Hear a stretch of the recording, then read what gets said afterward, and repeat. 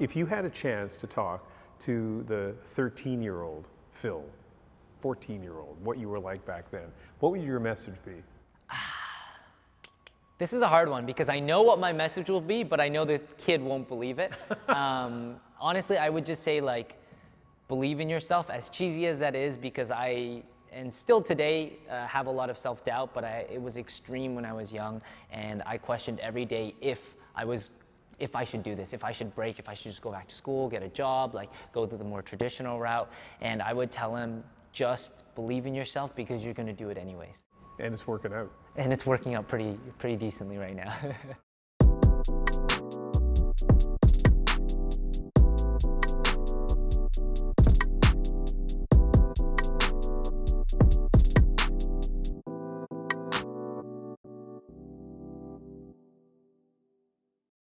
For people who are watching who don't really understand what competitive breaking is, how does it work? Yeah, so it's very similar to like a dance battle that you might have seen in movies or anything like that, but within breaking competitively, it's usually a tournament format. So we'll start at a top 16, and then oftentimes it's just straight elimination. So it's you against one dancer, you face off maybe 2 to 3 rounds, and then whoever wins the most rounds moves on to the next round, top 8, top 4, final battle finish. But with the Olympics, from top 16, it's more of a round robin format.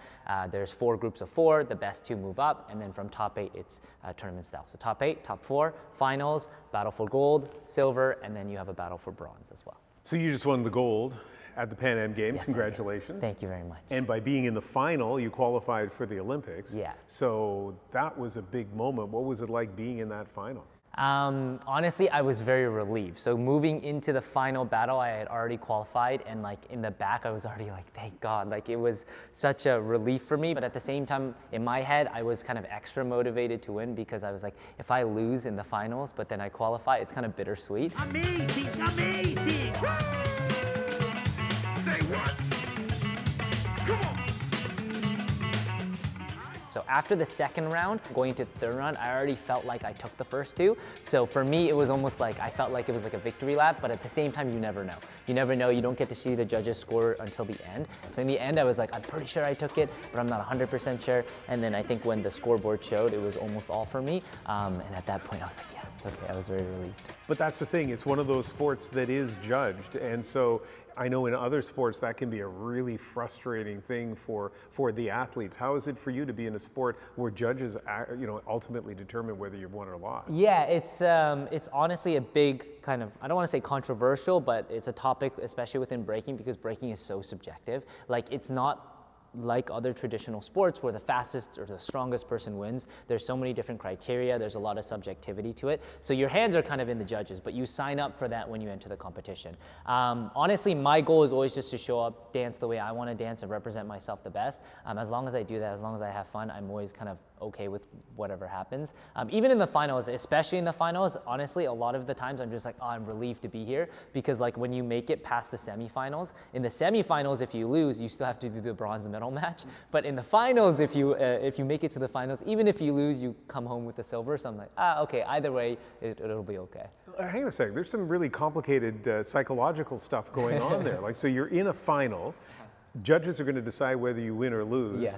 And are you truly as Zen-like about, I'm just going to do the best I can, let them make their decision, I'm fine with it? Yeah, very much. I think like I really tune in, because I don't really think about the judges when I'm competing. I really try to tune in on just me, the opponent, and more than anything, myself. I know like at the stage that I am in breaking in my career, like I can beat anyone, but I also know the times I've lost is I lose to myself. And for me, what works is just to stay positive and kind of enjoy the moment, because when I'm not enjoying it, that's when I stress and that's when I kind of mess up and do worse. So I really try to just have fun in the moment. I try to respond to the opponent. So if they do a move that I have something similar, I'll jump in with that one. And I really try to have a conversation, and I want to put on a good show too. Especially going into the Olympics, I want people to see like the positive side of it, that we're having fun up there even with how competitive it is. Because it is kind of like you're doing a bit of improv up there. Well, like it's not a set routine that you're trying to hit. You're in the moment kind of figuring out out while you do that. Yeah, 100%. A lot of people approach it differently, but no matter what, there's a amount of improv in it because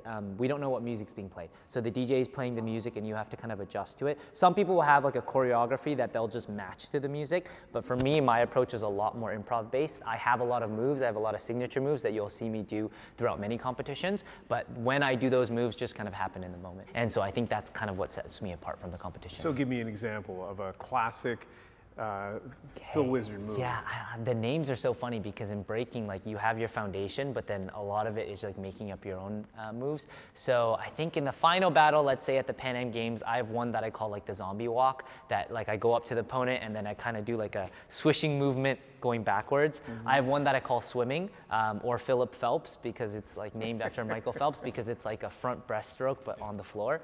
So moves like that, and like I said, like the swimming move, you're inspired by a lot of things. Like that move was made from watching swimmers. The zombie walk was just made when I was dancing, and I kind of made that move and then named it after. But we draw inspiration from a lot of things.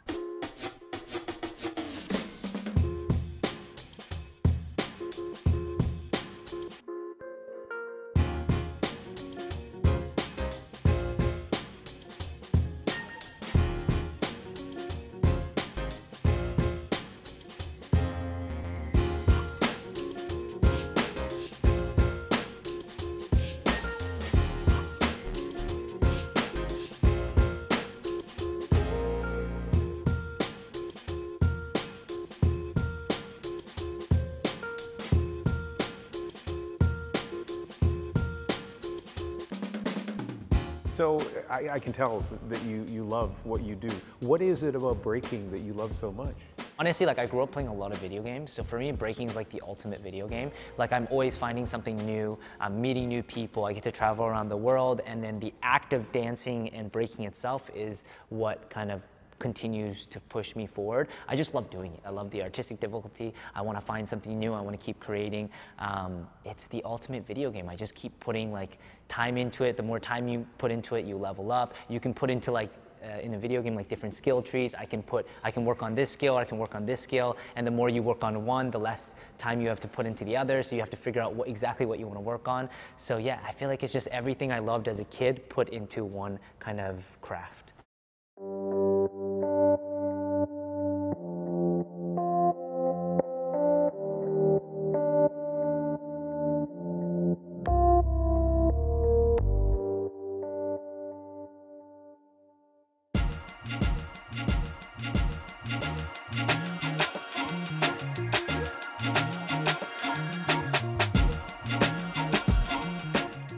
So here we are, Robson Square, the heart of Vancouver, and you literally had a moment here that changed everything. Yeah, so right in front of the art gallery over here was where I started breaking. There was the local crew Now or Never. They were performing right there. I was standing right here, saw them for the first time. And then actually right below is Robson Square, which for a very long time was kind of like my second home. It's the hub of the street dance community, or at least it was for a very long time. So I remember going there most nights, training, practicing like late into the night, even when I was in school. And so when you told your parents about this passion you had for breaking, what was their reaction? Initially, they were okay with it. I think when I wanted to do it as a career, it changed a little bit because just out of worry, out of love, they wanted me to pursue something that was a little bit more stable. But in the beginning, they were super supportive. They loved and could see, I think, the passion from an early age. So let's talk a little bit more about pursuing it as your job, basically. Yeah. Not surprised that your parents would worry for you. Like, it doesn't really seem like the kind of, that there would be a career in that. Yeah, I think I got lucky, especially now, like looking back, but at the time it was very difficult. My parents were always extremely supportive. It was just, again, it was out of love that they were worried for me. And also my parents immigrated here from Korea. You know, they gave up their lives to give us a different opportunity. My brothers went to school, and then I'm the one that kind of goes and wants to be a breakdancer. So I think for the first few years especially, it was very difficult for them, but I think I've shown them over time like my passion and commitment, and I think they saw that and they were okay with it. But you had another pivotal moment when you were in university there because that's what your parents wanted you to do, but not something you loved. No. And then you thought, okay, you know what? Like maybe this is the time when I leave school. Yeah, so I went to university for 1 semester, kind of because my parents really wanted me to go. And then there was a moment where I just decided, there was an event called the Rebel BC1 Cypher. I told myself if I won this event, then I'm gonna commit. And even after I won that event, I committed, but mentally it was still hard kind of going back and forth. And honestly, I don't wanna say like the word scarred, but that's kind of kept with me to this day, that self-doubt. Not that my parents necessarily put it on me, but I think just society as a whole, that like breaking isn't something that's a viable career. And so with breaking going to the Olympics, a goal for me really is to change that narrative as well. Should have been a doctor or a lawyer. Yes, exactly.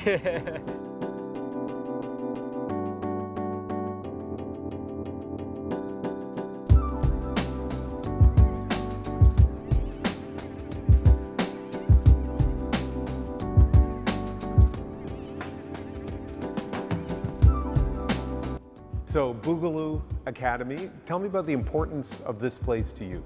Yeah, this place is a special place in my heart. It's part of like the A-Star Society, so they're like a nonprofit that have opened this studio.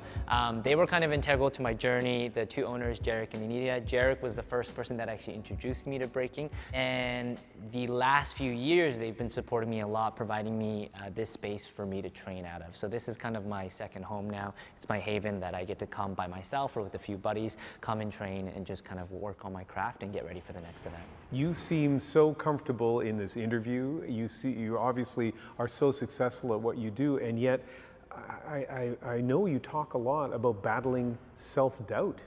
Tell me about that. I wasn't a very confident kid growing up. I was very insecure, and I don't know where that comes from, probably a lot of different things. And I think especially in the world of breaking, like there was a lot of doubt for me if I could make it, because such a small percentage of people make it in competitive breaking, like literally the top 1%. There was, at the time when I was trying to do it, like a handful of people who could make a living off of this, who could kind of live the life that I get to live now. And so there was a lot of internal doubt of whether I could do this, and external as well, because it's something that not a lot of people traditionally think you could make a career out of. Yeah, so a lot doctor, of people, lawyer, breaker, right? Exactly.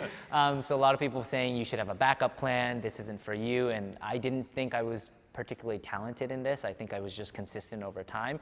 But yeah, I had a lot of self-doubt. Even when I started kind of winning some of the bigger events, I questioned like, is this really for me? Can I do this? Is it luck? Is it a fluke? Like, so I battled with that for a very long time, and I still battle with it. It comes and goes, and I think a lot of that has been has affected my performances as well. Like I've been in the final battle being like, I don't think I deserve to win this. I don't think I deserve to be here, and that has kind of held me back as well. But it's something that I try to fight through and try to push through, and something I'm continuously working on. Okay, so I think you have a lesson here for a lot of people, whether they're athletes or artists who are troubled by that level of self-doubt. So how have you overcome that? Honestly, I'm learning to deal with it still today. I think the first thing is I really, as cheesy as it sounds, I try to focus on the positive. So I try to remind myself like why I do this. First and foremost, it was never for all of this. It was never for the attention. It was never for the success. It was never for money or anything like that. I did it because I loved breaking. And so whenever I feel like there's difficulty mentally or anything, if I'm anxious about the next competition, if I'm anxious of the fact that the Olympics are coming up and I don't feel ready, like it's just kind of going back into the craft. So I'll come to the studio, I'll put my phone away, and I'll just dance. And that is often like the adrenaline rush that I need to remind myself why I do this. I had that yesterday. I've been traveling a lot, and yesterday was my first practice back, and it was again a reminder of like, okay, I'm very grateful for everything that's happening, but at the root of it all, it's just because I love to dance, and so I try to come back to that always.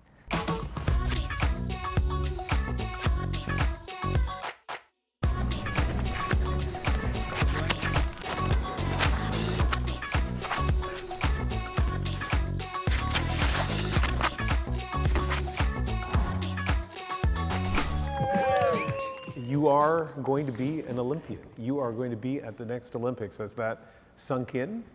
Yes and no. I guess it has, in the sense that I understand it's happening, but I haven't felt that moment of like, whoa, I'm going to be an Olympian. Honestly, I don't think it'll happen until I'm in Paris and then being like, oh, I'm here. I'm also really bad at celebrating my wins. That's something I'm trying to work on a little bit more of, and what people tell me a lot that I have to do. After I won the Pan Am Games, I had a moment there where I was really happy, and then I'm all, okay, what's next? What's next? I'm always looking for the next thing. I think that honestly comes from the self-doubt, like a little bit of fear of this is the last thing, that you're not going to find something new. So that's something I'm continually trying to work on. But yeah, I guess it hasn't fully sunken in yet.